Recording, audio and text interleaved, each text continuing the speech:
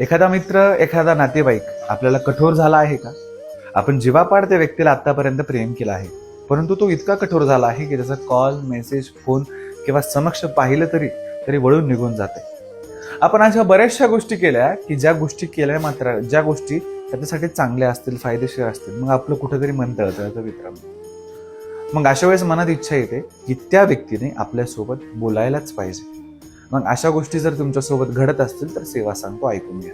अहिल्यानगर काळमाता तुळजाभवानी देवस्थान पोखर्डीवरनं मी ही सेवा सांगत आहे, म्हणून चॅनलला फॉलो, सबस्क्राईब अवश्य. देव दीपावलीच्या दिवशी, आता जी देव दीपावली येणार आहे त्या देव दीपावलीच्या दिवशी आपल्याला मातीचा एक बोळका आणायचा आहे. त्याच्यामध्ये आपल्याला तुरटी टाकायची आहे, त्या व्यक्तीचा फोटो टाकायचा आहे व त्याच्यावरती काळा कोळसा टाकायचा आणि त्याच्यामध्ये मध टाकून लाल कपडा झाकून एखाद्या पिंपळाच्या झाडाखाली पुरून यायचं आहे.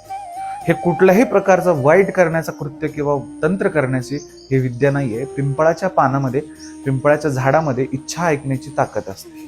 आपण फक्त एवढंच बोलायचं आहे की जे आमचे संबंध तुटले आहे त्यात परत पुन्हा गोडवा यावा, असं म्हणून ते पिंपळाच्या झाडाखाली पुरायचं आहे.